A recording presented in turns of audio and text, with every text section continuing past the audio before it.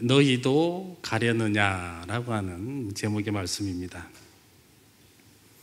우리가 살아가면서 원통하고 슬픈 그러한 감정에 대해서 우리는 뭐라고 이야기를 하냐면은 서러움이라고 그렇게 표현을 합니다. 이 서러움과 관련되어진 속담을 제가 찾아보니까 이 서러움 중에 가장 큰 서러움은 뭔지 혹시 아십니까? 배고픈 것이다. 그렇게 이야기를 하고 있더라고요. 저 또한 이 배고픔을 경험을 해보니까 정말 배고픈 게 큰 그러한 서러움이었습니다. 저는 대학을 졸업하고 군대를 갔습니다.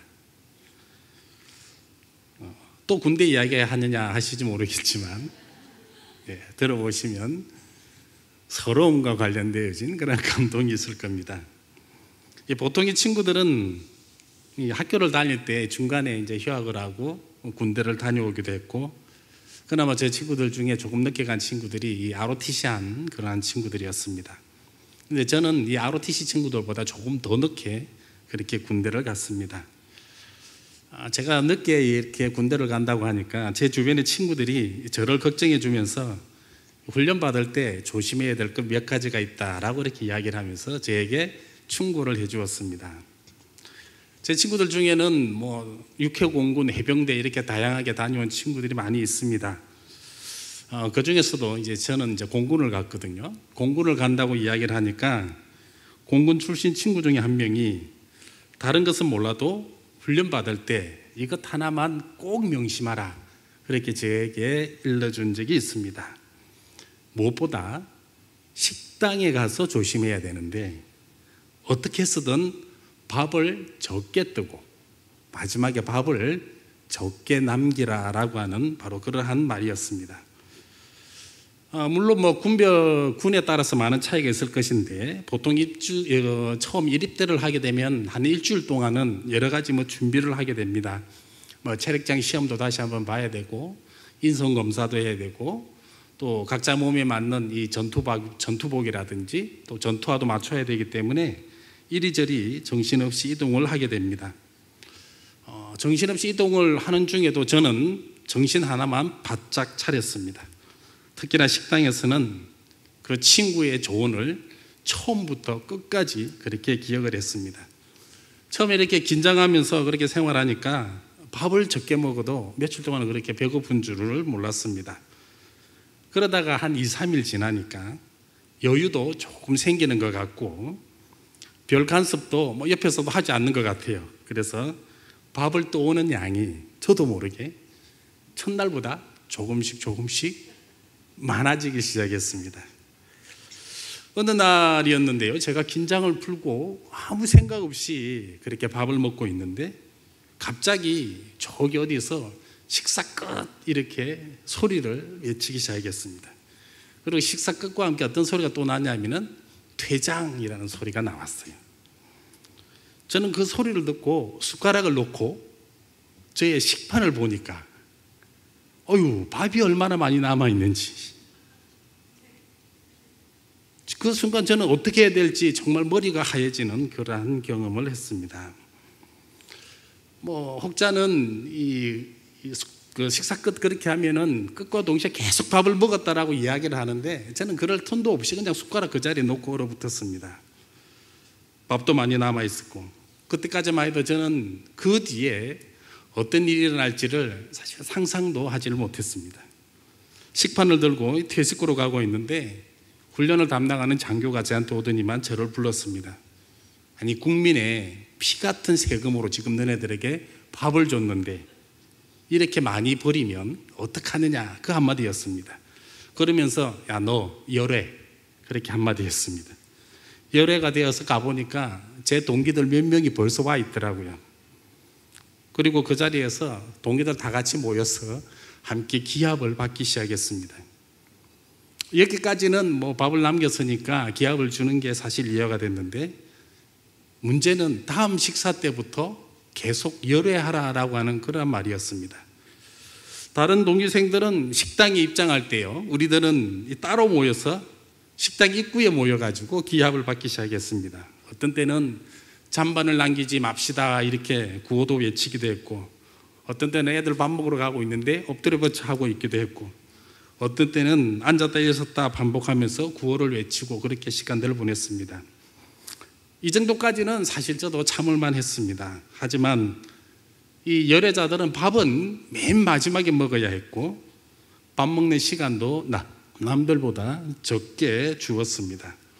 동시에 또 잔반도 또한 남기지를 않아야 했기에 밤 양은 이루 말할 수 없을 정도로 그렇게 적게 먹을 수밖에 없었습니다. 당연히 배도 고팠습니다. 굶은 것도 아니고 먹은 것도 아닌 그런 상태에서 이리 뛰고 저리 뛰고 하느라 배고픈 서러움, 제가 그때 처음 느꼈습니다.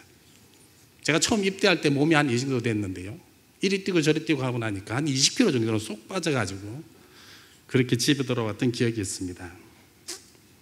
한 번은 또 이런 서러운 경험도 있습니다. 훈련 받을 때 특식으로 뭐가 나왔느냐면은 핫바가 나왔습니다. 핫바가 뭔지 아시죠? 고속도로 휴게소에서 저거 사 먹으면 얼마나 맛있는지 모릅니다. 사실 저는 휴게소 가면 잘 사 먹지는 않는데 그냥 이 애들이나 그렇게 사 먹는 걸 뺏어 먹으면 그때는 더 맛있어요. 네. 여하간 정말 맛있는 게 핫바입니다. 이 핫바가 이제 특식으로 나왔는데, 우리들이 이제 밥을 떠가지고 식판에 하나하나 지나고 나면 우리 동기생들이 그 식판에다가 핫바 하나씩 얹어줍니다. 그런데 이 하나씩 얹어주던 핫바가 어찌된 일인지 제 앞에서 똑 하고 떨어져 버린 거예요. 앞에 친구까지는 핫바를 받아가지고 룰루하며 갔는데 제 앞에서 이게 똑 떨어지고 나니까 그 순간 저는 어떻게 했겠습니까? 정말 나는 이 핫바 하나 먹으려고 저기 멀리서부터 그렇게 걸어왔는데 내 앞에서 없어지다니, 맛있게 먹겠다고는 나의 꿈이 그 순간 산산이 깨지고 말았습니다. 저는 그때 제 눈에 눈물이 핑 하고 돌았습니다. 그까짓 그 핫바가 뭐라고, 한두 살 먹은 애도 아니고 나이가 20살하고도 한참 지난 그 나이에 세상에 핫바 하나 때문에 눈물을 흘릴 뻔했다라고 하는 겁니다. 그 당시 이제 핫바를 이렇게 하나하나 나눠주던 제 동생이 저에게 정말 미안해 하더라고요. 그러면 저에게 제안한 게 뭐냐면은, 그러면 내가 조금 있다가 김을 하나 더 챙겨줄 테니까 차라리 이 김이라도 하나 더 먹으라, 그렇게 이야기를 하는데 저는 그 핫바 때문에 얼마나 서운하든지 끝끝내 사양을 했고요. 기본 반찬으로 식사를 했습니다. 경험 안 해보신 분은 모르겠지만 이번에도 먹는 것에 있어서 소외당했다라고 하는 것은 정말 서러운 일임에 틀림없을 겁니다. 우리나라도 이 보릿고개라고 하는 것을 그렇게 경험을 한 바가 있지만, 예나 지금이나 동양과 서양을 막론하고 이 먹는 문제만큼은 첨예한 문제일 것입니다. 다행히도 우리 이 현대사회는 그나마 먹을 것이 풍부해가지고 사실 우리들에게 있어서는 무엇을 먹을까라고 하는 것이 고민이 아니라 어떻게 하면 굶을까라고 하는 그러한 고민하는 시대가 되었지만, 그래도 우리들에게 있어서는 여전히 먹는 것이 분명 중요한 문제이면은 틀림없을 겁니다. 자, 그렇다라고 한다면은 예수님 당시에는 그러면 먹는 문제가 어떠한 상황이었을까라고 하는 이러한 생각을 한 번쯤 해보게 됩니다. 예수님 당시 이 예루살렘에 대한 기록을 살펴보면요, 그 예루살렘 땅은 농사짓기에 절대로 적합하지 않은 땅이었다라고 그렇게 기록을 하고 있습니다. 말은 어렵게 표현했는데요, 쉽게 말씀드리면 예루살렘에는 농사짓기가 어렵다라고 하는 겁니다. 뿐만 아니라 예루살렘은 생필품도 생산되지가 않았습니다. 그래서 좀 더 기록을 찾아보니까 예루살렘은 그러면 생필품이나 양식은, 곡식은 어떻게 했냐면은 다 이렇게 수입을 해와야 되는 그런 상황이 있었다라고 하는 겁니다. 결정적인 한 가지는 이 예루살렘이 로마의 지배 아래 또한 있었다라고 하는 사실입니다. 이 제국의 지배 아래 있다라고 하는 건 말이 쉬워서 또 말이 좋아서 우리가 볼 때에 지배다라고 하는 그런 이야기를 하지만, 실상은 약탈로 가득 찬 그러한 사회를 이야기를 합니다. 우리가 말씀을 보시다시피 아시겠지만 그 당시에 이 같은 민족으로서 세리라고 하는 이 사람들이 보시면 이 사람 취급도 못 받을 정도였다라고 한다면은 그 당시에 수탈이 어느 정도였는지 우리는 알 수가 있을 겁니다. 결국 예수님 당시도 분명 먹는 것에 있어서 먹는 이 문제가 분명 첨예한 그리고 한편으로는 절실한 사회적 문제였다라고 하는 겁니다. 사람들은 그런데 이 먹는 것이 가장 절실한 사회에 있어서 어쩌면 이 먹는 문제를 해결해 주는 예수에 대하여 어쩌면 이 처음에 사람들은 그렇게 나쁘지 않게 생각한 것으로 보입니다. 아니 오히려 당시 사람들은 예수를 반긴 것으로 그렇게 볼 수가 있습니다. 예수님의 사역의 시작이 어떠했습니까? 40일간 금식 기도하신 이후에 하나님의 나라가 가까웠으니 회개하고 복음을 믿으라라고 하는 것으로서의 예수님의 사역은 시작이 되어졌습니다. 그런데 사람들은 이러한 예수님의 회개하고 복음이다라고 하는 것은 상관없이 오직 먹는 것에만 관심이 있었던 것을 우리는 알 수가 있습니다. 이 예수님의 사역을 시작하는 이 장면을 자세히 보시면 우리는 과연 무엇을 생각할 수 있느냐라고 하는 것입니다. 예수님이 어떠한 곳에 오셨습니까? 그날 벌어서 그날 먹기에 바쁜 그러한 사람들이 살아가는 곳에 오셔가지고 어쩌면 그들의 가장 절실한 필요였던 먹는 문제를 무엇보다 우선하여서 해결하여 주는 것이 아니라 무엇이었습니까? 오히려 하나님의 나라를 외치고 있는 바로 이러한 모습을 우리는 발견하게 되어집니다. 이를 통해서 우리가 알 수 있는 것은 사람들 생각에는 먹고 마시고 이렇게 하면서 살아가는 것이 가장 중요하다라고 생각할 줄은 모르겠지만 정작 중요한 것은 먹고 사는 것이 아니라 하나님과의 관계가 어떠해야 되느냐라고 하는 바로 이러한 것들을 우리는 알 수 있게 된다라고 하는 겁니다. 그런데 이러한 문제가 사실 믿지 않는 사람들에게 있어서는 문제가 되질 않습니다. 왜냐하면 이들은 이 하나님을 믿지 않는다라고 하는 것은 하나님의 존재에 대하여 모르는 자들이고 하나님의 존재를 모르기 때문에 하나님께서 어떤 말씀을 하시든지 간에 이네들하고는 전혀 상관이 없습니다. 그래서 사람들에게 있어서 그럼 제일 필요한 것이 무엇이냐라고 할 때 자기 자신이 살아 움직이는 것이 제일 중요하다라고 하는 것입니다. 하지만 믿는 사람들에게 있어서 그리고 성도들에게 있어서 그때는 문제는 달라집니다. 먹고 사는 문제보다 우선해야 된다라고 하는 것, 우선해야 될 것이 있다라고 하는 이것을 말씀하고 있다는 것이고 그게 뭡니까? 하나님을 아는 것이고 하나님을 믿는 것이고 하나님을 섬기는 것이다 라고 하는 겁니다. 세상의 사람들은 오늘도 자기가 살아있음에 참 기뻐하고 즐거워할지 모르겠지만 우리는 살아있음 이것보다 더 중요한 것이 하나님을 믿고 하나님을 섬기고 하나님을 따라야 된다라고 하는 것입니다. 그런데 우리가 이 사실을 분명히 알면서도 우리의 머리로는 충분히 이해를 하면서도 우리의 가슴으로는 사실 이해가 되어지지 않습니다. 우리는 이 고린도 교회에 대한 평가에서도 우리는 잘 알고 있습니다. 고린도전서 1장 5절과 6절 말씀에 어떻게 기록이 되어 있습니까? 너희가 모든 일, 곧 모든 언변과 모든 지식의 풍족함으로 그리스도의 증거가 너희 중에 견고하게 되었다. 이렇게 말씀을 하고 있습니다. 이 고대 철학의 도시 아테네 옆에 있었던 바로 그 도시가 고린도였습니다. 이 고린도 지역의 사람들의 지식의 수준이 어느 정도였느냐라고 한다면은 너희 중에 풍족한 지식이 풍족했으므로 견고하게 되었다라고까지 이야기를 하고 있습니다. 결국 고린도 지역을 생각해 볼 때 우리가 속담 하나를 떠올릴 수가 있습니다. 아테네 지역이 고대 철학의 도시였고 그 옆에 있는 고린도 지역의 사람들이 수준이 높았다라고 한다면은 과연 여러분들은 어떤 속담 하나가 떠오릅니까? 저는 설교 준비를 하다가 이 속담이 떠올랐습니다. 서당께 3년이면 풍어를 옳고 식당계 3년이면 라면을 끓인다라고 하는 바로 이 속담이잖아요. 당연히 아테네 옆에 살았던 이 고린도 사람들은요, 하나님에 관하여 그리고 예수 그리스도에 관하여 철학적 지식으로 얼마나 잘 알고 있었겠느냐라고 하는 겁니다. 단순히 이 모든 내용들을 들어서 아는 그런 수준이 아니라 화려한 철학적인 용어를 사용하고 구사하고 하나님의 존재와 예수 그리스도의 존재에 관하여 그냥 이야기를 하는 것이 아니라 철학적으로 이야기를 했을 겁니다.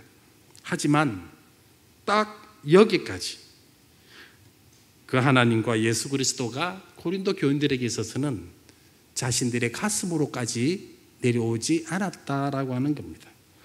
그 결과 고린도 교회 사람들은 어떠한 문제와 어떠한 잘못을 저질렀다라고 합니까? 제가 볼 때는 다른 이방인들도 저지르지 아니하는 그러한 음란의 문제들까지도 스스로가 범하고 저질렀던 장면들을 우리는 발견합니다.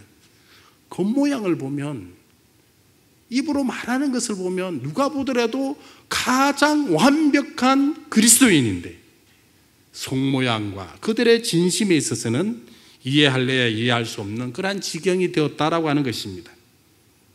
그런데 이러한 모습은 고린도 교회의 성도들만의 모습은 아니다라고 하는 데도 큰 문제가 있습니다. 어쩌면 지금 우리도 이러한 동일한 문제를 안고 있거나 저지르며 살아가고 있지 않느냐라고 하는 겁니다. 오늘 우리가 살아가면서 오늘 우리들 앞에 펼쳐지는 이런 당장 급한 일들 때문에 그 급한 불 끄느라고 정신없이 바쁜 생활을 합니다. 현대인들에게 있어서는 어떤 현상이 일어납니까? 그 급한 불 끄느라고 주일 예배 빠지는 것 예사로 생각합니다. 오늘 이 일을 먼저 처리하지 못하면 자기네들 가슴에 있어서 평생 후회할 것 같아서 당장 큰일이 생길 것 같아서 차라리 교회를 빼먹고 예배를 빼먹고 자기 앞에 그 떨어진 일을 한다라고 하는 겁니다. 주일은 언제나 그랬던 것처럼 일주일 지나면 다시 돌아옵니다. 그래서 하나님이 이런 조금 미뤄두고 신앙은 삶의 우선순위에 있어서 항상 뒤로 미루고 있습니다. 그 귀한 하나님의 시간에 오늘 당장 급하다고 생각하는 나의 일을 하고 있는 우리의 모습을 우리는 종종 발견한다라고 하는 겁니다. 제 주변에 있는 목회자들을 만나서 이야기를 하다 보면 요즘 자주 듣는 말이 있는데요. 그게 뭐냐면은 밤새 안녕이다라고 하는 그러한 이야기입니다. 불과 며칠 전에 만나서 교제했던 분들의 부고 소식이 들려온다든지 병원에 입원했다라고 하는 소식을 자주 듣는다라고 했습니다. 아무렇지 않게 멀쩡하게 인사 나누며 헤어졌는데 그게 마지막 인사였다라고 이야기를 합니다.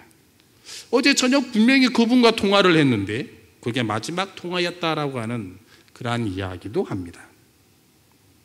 사랑하는 성도 여러분, 우리는 하나님의 존재를 알고 믿고 있습니다. 인간의 모든 생사화복을 하나님께서 주관하신다라고 그렇게 우리의 신앙으로서 고백을 하며 살아가고 있습니다.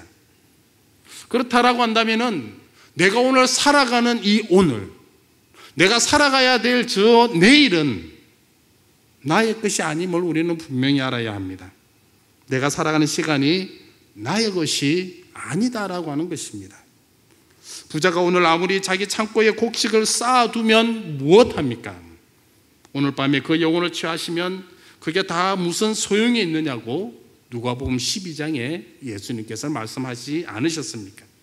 물론 내가 살아있어야만이 어쩌면 모든 것이 소용이 있는 것처럼 보입니다. 내가 살아있어야 어쩌면 하나님도 소용이 있지 않을까라고 그렇게 생각을 합니다.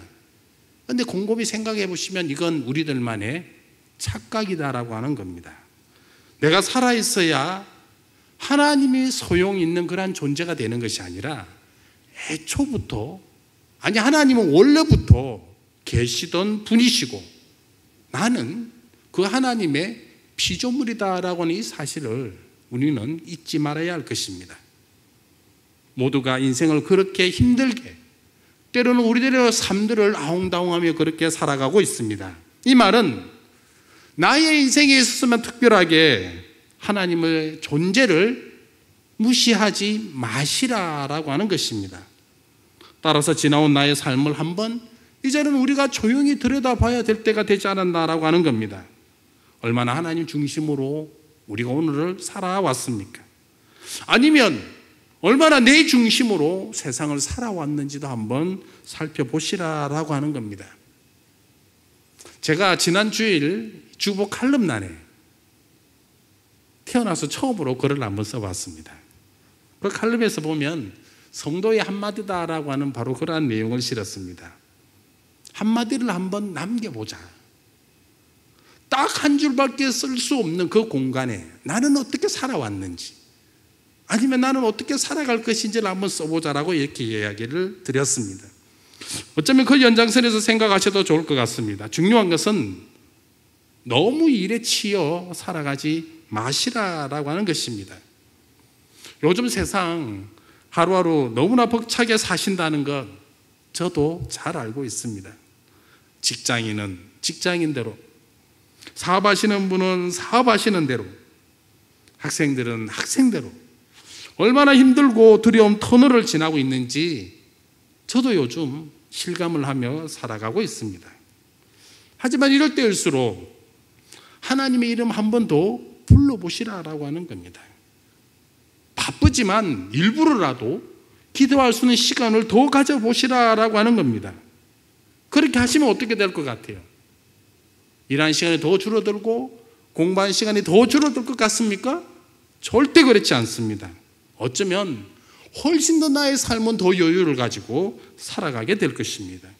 나의 삶이 여유 가운데 풍성하게 될 것입니다.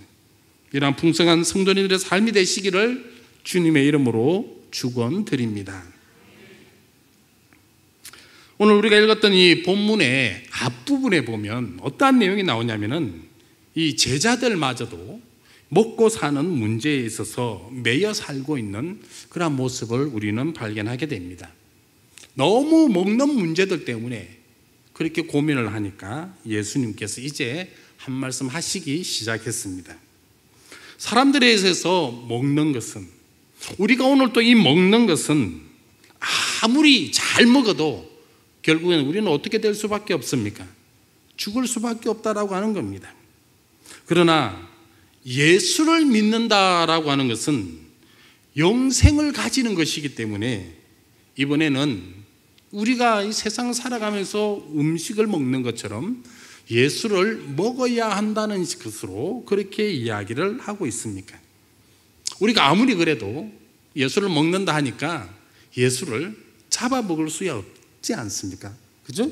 그래서 예수님은 먹는다라고 하는 것을 어떻게 말씀하고 계시냐면은 어쩌면 먹을 것을 대신해서 자신을 생명의 떡이라고 그렇게 말씀하고 계시고, 이는 예수님을 떡처럼 먹어야 된다라고 하는 바로 이것을 에둘러 하신 말씀이다라고 하는 겁니다.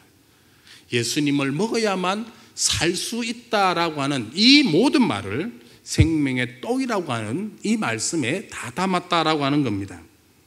그런데 생명의 떡이다라고 하는 말씀으로만 끝낸 것이 아니라 이번에는 예수님께서 자신을 뭐라고 말씀하셨느냐면은 이제는 피다라고 그렇게 말씀을 하셨습니다. 이 피를 마셔야만 또한 생명이 있다라고 그렇게 하신 겁니다. 우리는 떡을 먹고 나서 목이 메이니까 잔을 마셔야 하는 것으로 이해하지만 사실 여기에는 먹고 마시는 여기에는 예수님의 신비라고 하는 이것이 들어가 있습니다. 우리는 이 본문을 두고 뭐라고 해석을 하느냐면은 예수님께서 성찬을 제정하신 것으로 그렇게 이해를 하고 있습니다. 이후로 우리는 어떻게 되어집니까? 예수님의 살인 떡을 먹는 것이고 예수님의 피가 되는 그런 잔을 마시게 되는 것입니다. 세상 사람들은 이 교회 사람들이 교회 안에서 자기네들끼리만 모여서 먹고 마시는 것으로만 그렇게 알고 있는데, 우리가 성찬을 나누는 것은 여기에는 단순한 문제가 아님을 우리는 알아야 합니다. 성찬의 가장 큰 의미가 무엇인지 아십니까? 우리가 왜 떡을 떼고 잔을 마시는지 아십니까? 여기에는 하나됨이라고 하는 바로 그 신비가, 그 비밀이 들어있다라고 하는 것입니다. 우리가 다른 것은 몰라도 먹는 데 있어서만큼은 제가 볼 때는 그래요. 한국 사람들은 너무나 폐쇄적인 그러한 면을 가지고 있습니다. 그것은 아는 사람들끼리만 둘러앉아서 먹는다라고 하는 것이고, 알지 못하는 사람하고는 절대로 먹지 않는다라고 하는 것이고, 혹시나 모르는 사람과 같은 테이블에 앉게 되었다라고 한다면은 첫 숟가락을 뜰 때부터 마지막 숟가락을 내려놓을 때까지 한마디도 하지 않냐고 식사하는 장면들을 우리는 많이 보게 되어집니다. 하지만 친한 사람들끼리 모여서 밥을 먹을 때는 어떻습니까? 가족들끼리 모여서 밥을 먹을 때는 우리는 어떤 모습을 보여주고 있습니까? 정겨움을 넘어 시끄러운 그러한 식사 자리를 우리는 경험하게 됩니다. 왜 그렇습니까? 먹는 그 자리는 음식만을 오가는 자리가 아니라 마음과 정이 오가는 자리이기 때문입니다. 왜냐하면 모두가 하나이기 때문에 그렇게 먹는 것이다 라고 하는 겁니다. 성찬의 의미도 마찬가지입니다. 여기에는 하나됨이다 라고 하는 것이 있습니다. 그것은 예수 그리스도 안에서 모두가 한 형제고 한 자매다 라고 하는 그 뜻이 들어가 있습니다. 그래서 교회에서도 보면 큰 죄를 지은 사람에게 출교 다음으로 어떤 벌이 있는 줄 아십니까? 출교 다음으로 수찬 정지가 있어요. 잔을 주지 않는 거예요. 이 말은 뭡니까? 너무나 큰 죄를 지었기 때문에 일시적으로 너는 우리와 하나의 공동체가 아니다라고 하는 그 이야기를 하는 겁니다. 하지만 이 외에는 모두가 다 하나임을 우리는 알 수가 있습니다. 우리가 하나가 되어지고 하나님과 하나 된 표시로서 우리는 다 같이 먹고 마시는 것이다 라고 하는 겁니다. 그래서 성찬을 앞두고 혹이라도 양심에서부터 거리낌이 있으면 떡과 잔을 받는 것을 조심하라 라고 그렇게 이야기를 하는 것이고, 심지어 조심스럽게 떡과 잔을 받지 말라라고 그렇게 권고하는 것입니다. 그래야만 하나됨에 있어서 그 하나됨을 깨치지 않기 때문입니다. 다음으로 이 성찬에 있어서 하나의 더 의미는 뭐가 있느냐면은 예수님께서 친히 만드신 의식이다, 예수님께서 친히 제정하신 행사다라고 하는 여기에 큰 의미가 들어가 있습니다. 뿐만 아니라 예수님께서 만드시고 난 다음에 우리들로 하여금 성찬을 하라라고 명령을 하신 것임을 우리는 알아야 합니다. 성경을 자세히 보시면 예수님께서 우리들에게 명령하신 것이 그렇게 많지가 않습니다. 우리가 말씀을 볼 때마다 대부분 이렇게 저렇게 살아라라는 것이니까 예수님 우리들에게 많은 명령을 하신 것처럼 보이지만, 실상은 성도라고 한다면은, 하나님의 자녀다라고 한다면은 이렇게 살아야 한다라고 하는 그 옛날 말씀들을 우리들로 하여금 되짚어 주시는 것이지 명령하신 것은 아니에요. 그런데 예수님께서 명령하신 딱 두 가지가 있는데, 그게 뭐냐면 하나는 전도하는 것이고 하나는 성찬을 나누는 것이다 라고 하는 겁니다. 따라서 이 두 가지는 예수님께서 우리들에게 명령을 하셨기 때문에 최소한 예수님이 이 땅에 다시 오실 때까지는 우리가 반드시 지켜야만 된다, 신실하게 행해야만 된다라고 하는 것임을 기억하셔야 될 것입니다. 자, 계속 이렇게 말씀드리고 나니까 우리들에게 있어서도 이제 헷갈리기 시작합니다. 무엇이 먹는 것이고 무엇이 마시는 것이고 왜 먹는 이야기를 계속 하실까? 이 말씀을 예수님께서 하시고 난 다음에 제자들의 반응마저도 오늘 본문의 말씀을 보니까 이제 이상해지기 시작했습니다. 60절 말씀에 한번 보시기 바랍니다. 제자들이 예수님께서 계속 먹고 마시는 문제를 이야기를 하니까 제자들이 어떻게 반응을 했습니까? 어렵다라고 이렇게 반응을 해요. 혹시 여기 앉아 계시는 분들도 보면 어렵다라고 이렇게 생각하시는지 모르겠습니다. 어렵다라고 반응하는 자들은 단순히 예수님을 쫓아다닌 무리들, 다시 말씀드리면 일반적인 사람들이 어느 날 갑자기 와가지고 예수님의 말씀을 듣고 어렵다라고 이렇게 이야기를 한 게 아니에요. 그래도 예수 한번 제대로 믿어보겠다고, 그래도 예수 한번 제대로 따라보겠다라고 하던 이러한 사람들, 만사를 제쳐놓고 예수를 따라다녔던 사람들이 어떤 반응을 보였습니까? 어렵다라고 하는 반응을 보였다라고 하는 겁니다.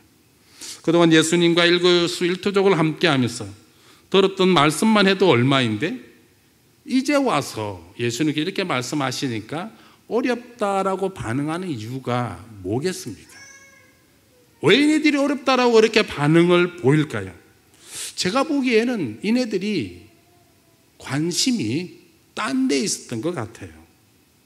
예수님 앞에 나와 앉아는 있었지만 그건 몸만 와서 앉아 있었던 것이고 마음은, 정신은 콩밭에 가 있었다라고 하는 겁니다. 예수님께서 기적을 많이 베푸시니까 그 기적 베푸는 것을 한번 배워볼까 하는 요령으로 예수를 따라다녔다라고 하는 겁니다. 예수님께서 배불리 먹여주시니까 먹는 것으로 만족하기 위하여 오늘은 무엇을 줄까 기대하며 그냥 예수님만 따라다녔다라고 하는 겁니다. 아니면 어떻게 해서든 예수님의 눈에 들어가지고 이 세상 가운데 한번 출세해볼까 하는 심정에서 예수만 그냥 쫓아다녔다라고 하는 겁니다. 그러다 보니까 정작 예수님의 그 말씀의 핵심을 처음부터 놓치고 오늘까지 왔다라고 하는 겁니다. 사실 저는 이 어렵다라고 반응하는 장면들을 보고 저 또한 이 성경을 가르치는 선생으로서 많은 위로를 받습니다. 위대한 선생이신 예수님마저도 제자들에게 가르칠 때에 제자들이 이해하기 어려울 정도로 그렇게 어렵게 가르쳤다라고 하는 겁니다. 사실 이 교육학적 측면에서 보면 예수님께서 어렵게 가르치신 것이 아니라 엄밀하게 이해하면 예수님이 잘 못 가르친 겁니다. 그러지 않고서 제자들이 이렇게 이해하지 못했다라고 하는 것을 우리가 어떻게 받아들일 수 있냐라고 하는 것이죠. 물론 제자들이 머리가 나빠가지고 때로는 예수님의 말씀을 이해하지 못했다라고도 할 수 있겠지만 그것은 사실 가르치는 자의 바른 자세는 분명 아닙니다. 왜냐하면 머리가 나쁘다라고 하는 이 말은 결국 이 사람들이 이해하지 못했다라고 하는 것인데 가르치는 선생은, 가르치는 자들은 그런 사람들까지도 충분히 이해할 수 있도록 더 쉽게 가르치도록 이해시키도록 해야만 하는 그런 책임이 있기 때문입니다. 그래서 저는 오늘처럼 이렇게 잘 못 가르친 그런 예수님에게서 위로를 받기 때문에 저는 예수님이 좋습니다. 예수님들도 이렇게 어렵게 가르쳤는데 저 또한 이렇게 어떻게 예수님을 뛰어넘어서 모든 사람들의 성경을 더 쉽게 가르칠 수 있느냐라고 하는 것이죠. 문제는 어렵다라고 했으면 제자들이 예수님의 가르치는 것에 대해서 어렵다라고 했으면 반응이 어떻게 나와야 되느냐. 어려우니까 조금 더 쉽게 가르쳐 주십시오 이렇게 이야기를 하든지 아니면 좀 더 자세하게 가르쳐 주십시오 이렇게 반응을 해야 되는데 제자들이 그렇게 하지 않았다라고 하는 겁니다. 66절 보니까 제자들이 어떻게 했다고 기록이 되어 있습니까? 그때부터 제자들 중에서 많은 사람이 떠나가고 다시는 그와 함께 다니지 않더라라고 하는 거예요. 사실 이 66절의 말씀은 우리들에게 있어서 아주 충격적인 말씀입니다. 물론 이 예수님을 떠나간 제자들은 우리가 알고 있는 12명의 그 제자들은 아닙니다.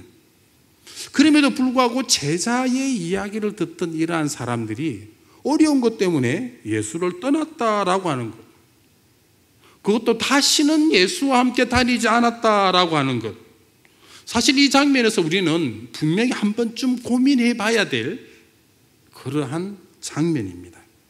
앞서 말씀드린 것처럼 제자들은 이 예수님을 따라다님에 있어서 분명 자기네들의 계산이 있었을 것이고 생각이 있었을 것입니다. 그리고 그것을 이루기 위하여 분명 예수님을 쫓아는 다녔습니다.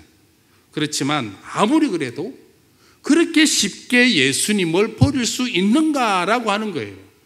아무리 예수님께서 어려운 말씀을 하셨다라고 하더라도 그래도 그네들이 따라다니는 세월이 얼마고 예수님과 보낸 시간이 얼만데 단지 그 이유 하나만으로 예수를 그렇게 쉽게 버리고 떠날 수 있는가라고 하는 것입니다. 사랑하는 성도들, 우리도 분명 성도가 된 이상 예수님의 제자임에 분명합니다.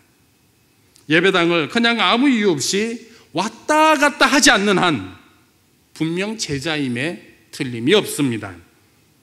하지만 말씀이 어렵다고 해가지고 예수님을 떠나가고 더 이상 배부르게 나에게 먹을 것을 주지 않는다라고 해가지고 예수를 떠나가고, 예수님의 말씀이 어렵다고 해서 떠나간다라고 하는 것이 우리가 아무리 보더라도 이것이 상상이나 할 수 있는 일이냐라고 하는 것입니다.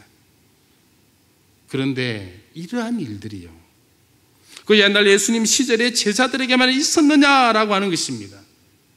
돌아보면 어쩜 우리의 삶 가운데서도 동일한, 아니 우리 주변에서도, 나 자신에게서도 이러한 일들이, 이러한 모습들을 발견할 수 있지 않느냐라고 하는 바로 이러한 질문입니다.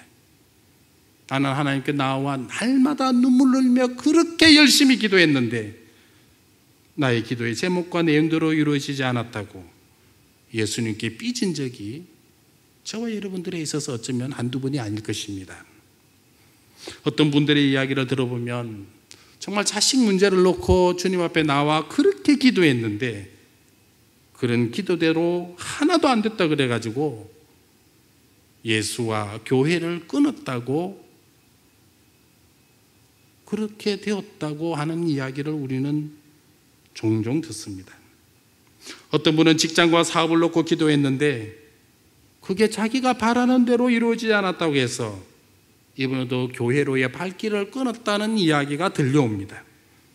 심지어 어떤 분은 예수 믿는 사람들이 줄 돈을 안 줘가지고 교회 가기 싫다라고 하는 이야기도 들었습니다. 교회 집사라는 사람이 자기에게 사기를 쳐서 교회 십자가만 봐도 열불이 난다는 그러한 이야기도 왕왕 듣습니다. 분명 모두가 하나같이 자기가 원하는 그러한 예수의 모습이 있었고, 자기가 상상하고 꿈꿨던 그러한 예수의 모습이 있었는데 이 꿈과 상상이 이루어지지 않았다고 해서 예수께 화풀이하고는 그러한 경우다라고 밖에 저는 생각할 길이 없다라고 하는 겁니다. 하지만 우리가 분명히 아셔야 될 내용이 있습니다. 그것은 내가 꿈꾸는 예수가 아니라 오히려 예수가 꿈꾸는 우리 자신이 되어야 된다라고 하는 바로 이 분명한 사실입니다. 하나님과 예수 그리스도가 우리를 빚어가는 것이고 만들어가는 것이고 변화시켜가는 것이지, 우리가 하나님과 예수 그리스도를 빚어갈 수 없음을 확실히 아는 그런 저와 여러분들이 되시기를 주님의 이름으로 축원드립니다. 예수님 당시에 예수님을 따르던 무리가 얼마였나라고 하는 그러한 상상을 한번 좀 해보게 됩니다. 전에는 예수님이 한번 말씀을 하시면 이 어른들만 5,000명이 모이기도 했고요, 또 어떤 때는 4,000명이 모이기도 했습니다. 이 구름과도 같은 이러한 허다한 무리들이 때로는 이 제자라는 이름으로 예수님께 몰려들었습니다. 그리고 그 예수를 따라 다녔습니다. 그런데 이제는 그 사람들이 다 떠나고 몇 명이 남았습니까? 12명이 남았습니다. 이때 예수님께서 제자들에게 묻습니다.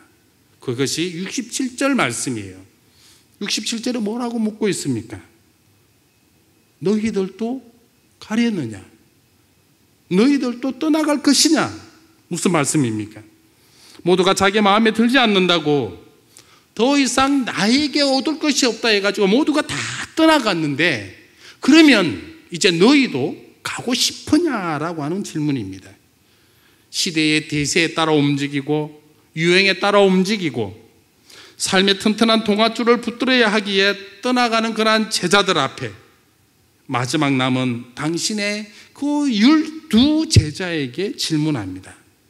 설마 너희도 가려고 하는 것은 아니지라고 말입니다. 이때 시몬 베드로가 대답합니다. 주의 영생의 말씀이 주께 있사오니 우리가 누구에게로 가오리까? 영생의 말씀이 주께 있사오니 우리가 어디로 가오리까? 베드로의 신앙 고백은 언제나 우리들로 하여금 이것을 제대로 듣는다면, 제대로 본다면 항상 우리들에게 있어서 이 고백 앞에 우리들로 하여금 고개를 숙이게 합니다. 영생의 말씀이 다른 누구도 아닌 주께 있다라고 하는 것입니다. 이 베드로의 신앙 고백 가운데서와 여러분들은 과연 어떠한 것을 발견하시느냐라고 하는 겁니다. 그것은 먼저 63절의 말씀에 보시면 사실 우리가 알 수가 있습니다. 지금까지 제자들은 이 63절의 말씀이 너무나 어려워 힘들어했고 떠나갔습니다. 그런데 68절의 말씀을 보시면 이제 그 어렵게 말씀했던 63절의 예수님의 말씀을 베드로는 이해한 것으로 보입니다. 생명의 떡이다라고 하는 것이 무엇인지, 참된 음료가 무엇인지 이해하고 있다라고 하는 것입니다. 더 중요한 것은 단지 베드로가 그 말씀을 이해한 것에서 끝난 것이 아니라 확실하게 그 하나하나의 의미까지도 제대로 소화하고 있다라고 하는 바로 이 사실입니다.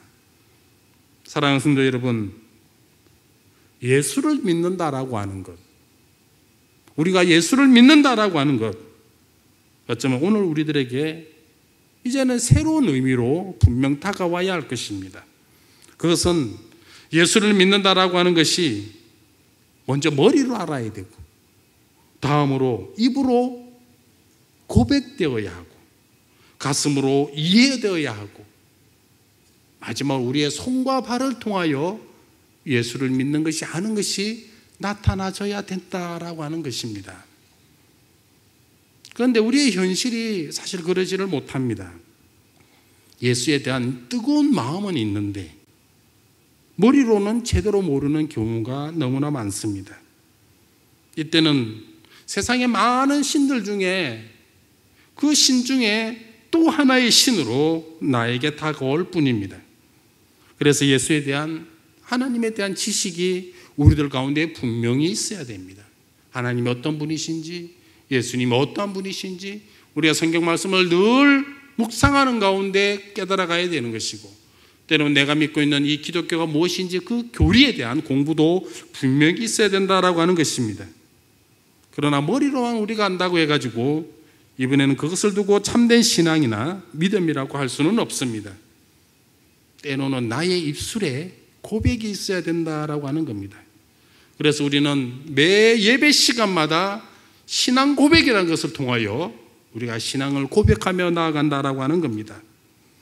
모든 것을 아시는 하나님이라고 해서, 내 마음을 아시는 하나님이라고 해서 내가 나의 입술로 그 사랑과 그 신앙을 고백하지 않으면 분명 이때는 곤란합니다. 왜냐하면 우리의 마음은 하나님으로 향할지 모르겠지만 정작 나의 말과 나의 행동은 하나님이 원하시는 것과 정반대의 모습으로 보일 수가 있기 때문입니다. 세상을 한번 보십시오.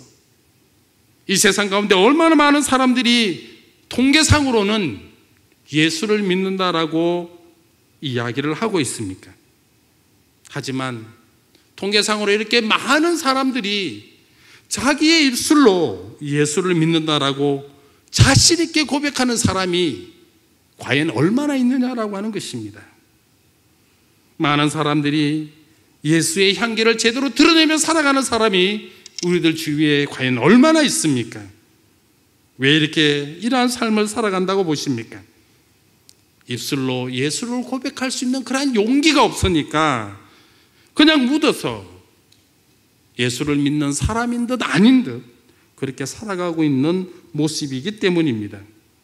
결국 예수를 믿는다라고 하는 것은 자신의 전인격을 통해서 드러내야만 합니다. 자신의 전인격을 통하여서 나타나져야만 한다라고 하는 것입니다. 예수를 믿는다라고 하는 것이 자신의 전인격을 통하여 세상 사람들에게 이제는 보여져야 된다라고 하는 것입니다. 머리로만 알아서도 안 되는 것이고 입술로만 그냥 떠올리고 다녀서도 안 되는 것이고 세상 사람들 속에서 숨어 지내서만도 안 된다라고 하는 것입니다. 그렇다라고 한다면은 우리 모두 참되고 바른 신앙의 사람이 된다라고 하는 것, 단순히 머리로서, 가슴으로서, 입술로서, 행동으로서 각각에 있어서 하나로만 드러나는 것이 아니라 이 모든 것이 제대로 드러날 수 있어야 된다라고 하는 이 분명한 사실을 우리는 오늘 또 기억하며 살아가야 될 것입니다. 우리 이제 베드로의 마지막 고백을 이제 한번 살펴보도록 하겠습니다. 69절 말씀에 이렇게 기록이 되어 있습니다. 우리가 주는 하나님의 거룩하신 자인 줄 믿고 알았다. 너희들도 가려느냐라고 하는 예수님의 질문에 베드로의 마지막 고백입니다. 우리가 주는 하나님의 거룩하신 자인 줄 이제는 믿고 알고 있다라고 하는 분명한 고백이 나와 있습니다. 여기서 중요한 두 단어가 뭡니까? 믿는다라고 하는 것이고 안다라고 하는 이 두 단어입니다. 누가 믿고 알았습니까? 바로 그 당시에 같이 있던 제자들이었습니다. 베드로 한 사람만 알고 있었다라고 하는 것이 아니라 가룟 유다를 제외한 이 11명의 제자들 모두가 다 동일한 심정 가운데 동일하게 믿고 있었고 알고 있었다라고 하는 겁니다. 이 11명의 제자들만이 모두가 다 예수를 떠나갔던 그 나머지 제자들과 차이가 무엇이었느냐? 바로 알았다라고 하는 것, 믿었다라고 하는 이 차이임을 우리는 분명히 아셔야 될 겁니다. 믿는다라고 하는 것이 무엇이겠습니까? 오늘 또 내가 예수님을 믿는다라고 하는 이 말 속에 무엇이 들어가 있습니까? 모든 것을 내어 맡기고도 모든 것을 다 내려놓고도 담대할 수 있는 믿음이, 마음이 바로 믿음이다라고 하는 것이다라고 하는 것입니다. 그럼 이제 안다라고 하는 것이 뭡니까? 듣고 경험하고 그리하여서 안다라고 하는 겁니다. 우리가 무엇인가 들었으면 아는 것도 아니고 책을 보았으면 아는 것도 아니고 그렇게 했을 때는 자기만의 것밖에 될 수 없다라고 하는 것을 알아야 합니다. 제대로 아는 것을 바탕으로 바르게 경험할 때에 비로소 진리가 된다라고 하는 겁니다. 이 두 개가 균형을 이루지 못하면 결국에는 어떻게 됩니까?